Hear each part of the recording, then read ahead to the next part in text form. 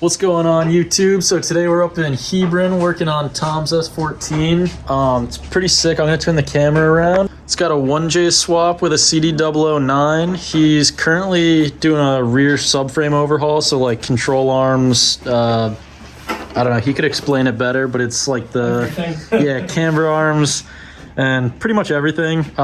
It's got every chassis brace you could imagine. It's got front bash bar in the car, rear bash bar.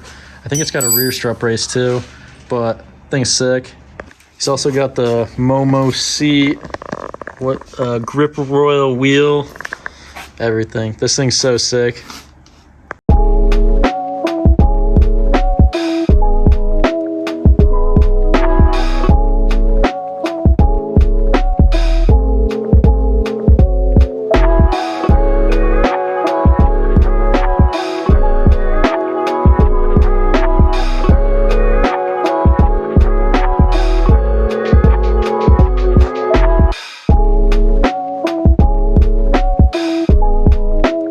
In case you were wondering, this does work as a battery tie down for one drift event, but they tell you not to bring it back. Tim's got this all coming apart. Some new arms going in. He'll tell you. Oh, this fucking bolt. Oh wait, instructions. With this coilover is getting so in the way. Yeah, it doesn't look like a fun time. Oh hell yeah! I finally got this fucker. Wow, Tim, great work. Cool! See this prison project battery tie down? Yeah, you're from prison. Hey, that's Lock City legal Lock City legal, man. I don't ask the pressing questions. for one event. Tom, if you see a carpet come up for sale, let me know. Good shit, Thomas. So 13 is gonna be like the big boost project, and then this is the drift car. He's got the 1J tucked away over there under a blanket. Cotton candy. Oh yeah, all the forbidden cotton candy. Very healthy. Yo, thanks, Dad. Powered by cotton candy, actually. Yum. Sorry, Tom, I keep getting in your way. The Future Fab manifold. What's up? Paid more for this than the 1J. That's insane. Yo, let me see that. Well, yeah, but you also got crazy deals on Jay-Z. Holy shit. That is insane. Don't quote me on it. So he's got a VVTi in the drift car, non-VVTi chilling, another non-VVTi, 2J GT under the table over there. Yeah, he's got all the Jay-Z's on deck. So what's this one gonna be? This one I have spare. Well, that one's spare, but that one, does that one have cams in it? No, stock off train. Nice. So it's pretty much gonna be like what I did to the yellow one. Slap a big turbo on it and run a bunch of boost.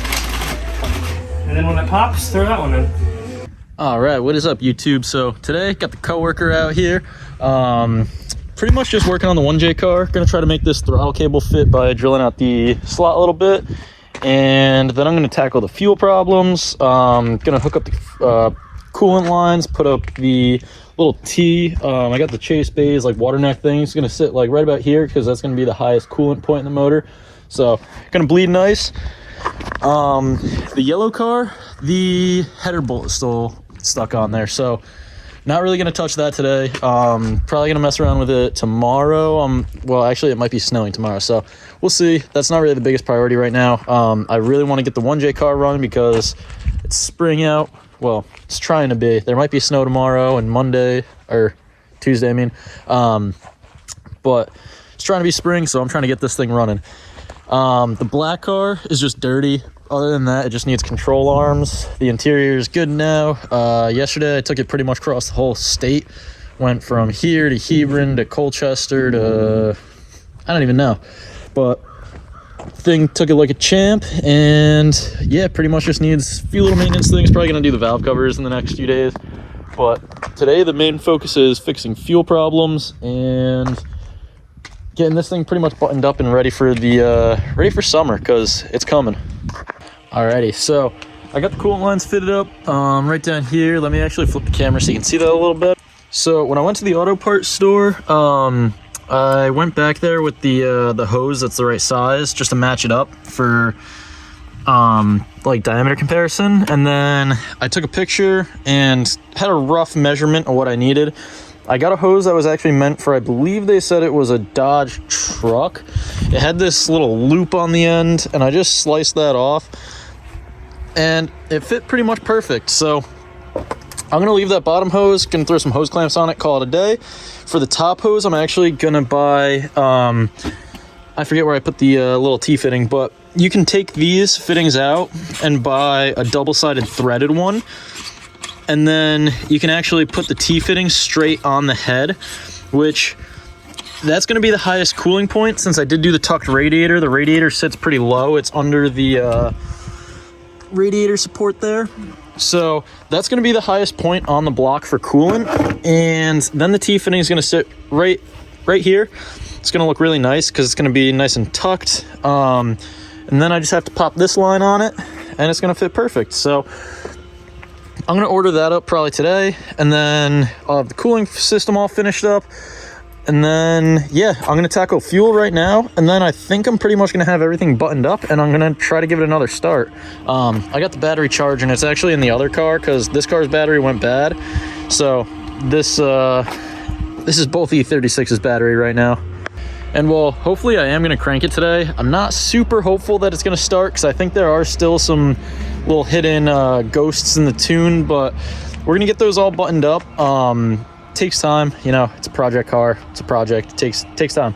So patience is key, and I'm gonna get to doing the throttle after I do the fuel, and then we're pretty much gonna have it all buttoned up. There's still some vacuum leaks. Like I got the boost solenoid over here, nothing's hooked up to it yet, but I capped off most of the vacuum that I'm not going to be using, and then I can just pop the caps off if I do need to steel vacuum for something else. And then it's pretty much run the gauges and get her tuned. So it's going to be pretty hype.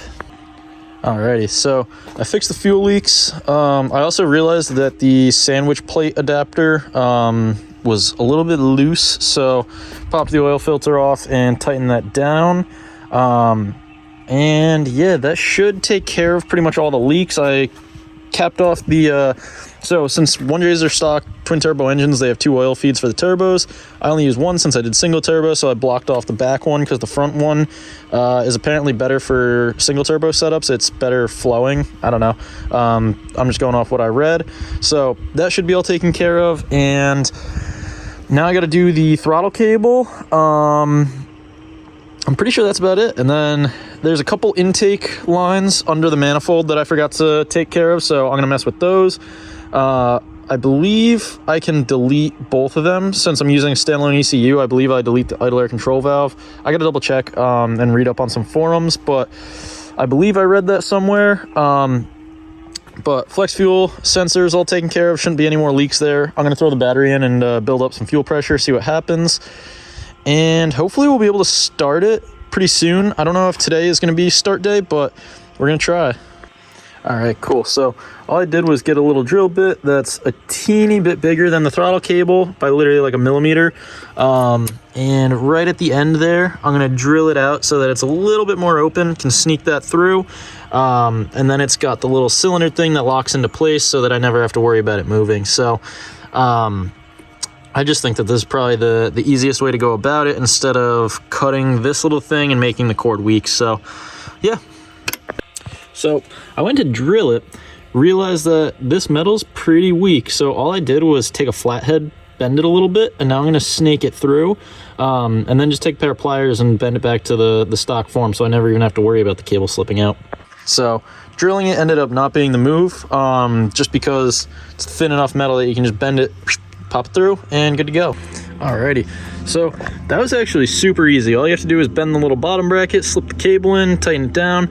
I tightened it through this bracket, just snaking right under, and we have throttle. So I gotta throw the bushing into the pedal, and that should be nice and tight and actually be able to work with the car, so that's exciting. So got the throttle cable all taken care of. With the brackets there that are for the stock 1J cable, it was a little bit too tight, so what I did was I snuck it under, I believe that's the idle control valve. I snuck it under there, fed it right to the thing. There's like no not much tension on it. I could probably get like a millimeter more off of it, but it's sitting flush on the screw, so it doesn't really matter. But pedal's all hooked up, so now it's time to fix a couple other things and hopefully get it to fire. So I got everything pretty much buttoned up. What I'm going to do now is go for a test start. I am going to unplug the coil packs just so that I can build fuel pressure and oil pressure before everything starts trying to fire. And then if everything is not leaking, then I'm going to plug those in and yeah, try to get it going. So I got the computer booting up, linked up to the Link ECU.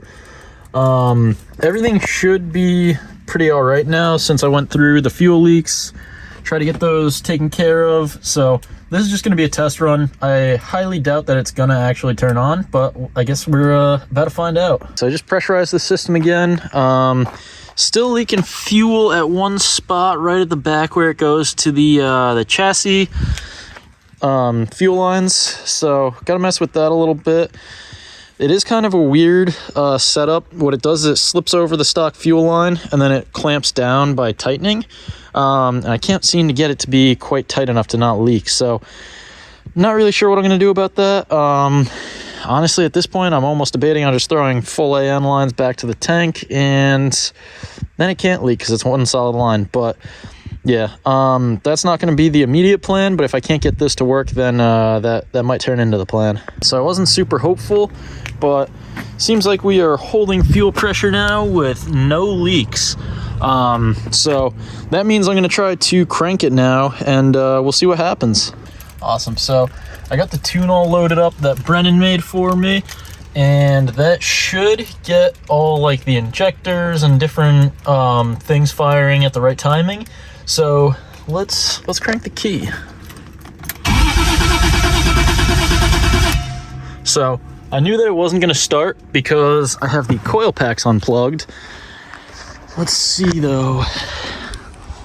Nice, nothing seems to be leaking. So let me plug this in. So now we have power to the coils. Let's see.